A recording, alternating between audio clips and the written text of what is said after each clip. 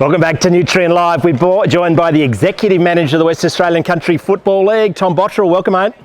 Thanks for having me. Hey, really important time of the year and something we didn't think was going to happen in July. The Country Championships, you've managed to pull it together.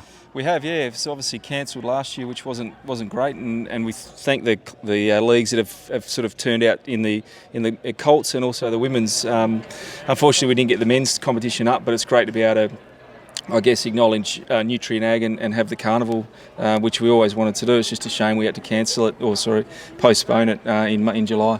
Yeah, the Pilbara coming down there, it's a real coup for the, and it goes to some of the strengths of the Country Football League, isn't it? It is, and it's, I think, traditionally it's been, sort of south of that, the leagues that come down from sort of Midwest and even in the wet, there was some very, very skillful players this morning. And the great thing was, I think, had they won their game, we would have had 4 or 5 teams vying for the final. As it is, I think it looks like... it looks like Peel might get up. Peel and Southwest might be in the final, but yeah, awesome to be able to. I see some of your staff were getting out the calculators to work out to see who's actually going to play in the finals, which is a fantastic effort. But the women's footy in general has just taken off, and it's no different out in the country regions, is it? No, absolutely. Yeah, again, particularly sort of even Kimberley down, female footy is flying, and.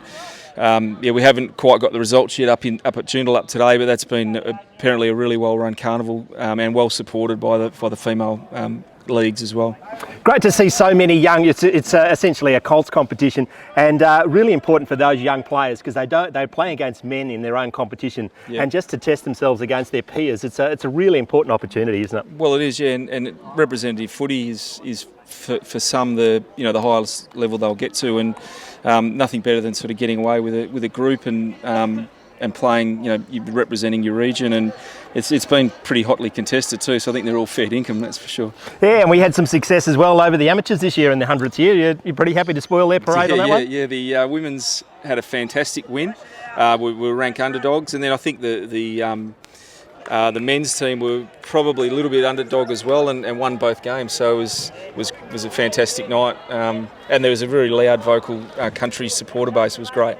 Yeah, lots of parents came down over the last 2 days to see. We must think we go back to Nutrien. In excess of 47 years sponsorship. Once again, they've without the country championships, they continue to. It's more than a sponsorship; it's a partnership with the Country Football League now, isn't it? Yeah, they've been brilliant. That's cancelling last year, which was. Well, both years has been unavoidable, but they've been so understanding that we haven't been able to hold it because of COVID, even pushing this back and not having the men's, which is a little disappointing. But they've just supported us so well, and their money goes back into the leagues in league funding and allows us to put these sort of carnivals on. So to Andrew and his team, we're hugely thankful. Thanks for joining us today on Nutrien Live. Thanks a lot.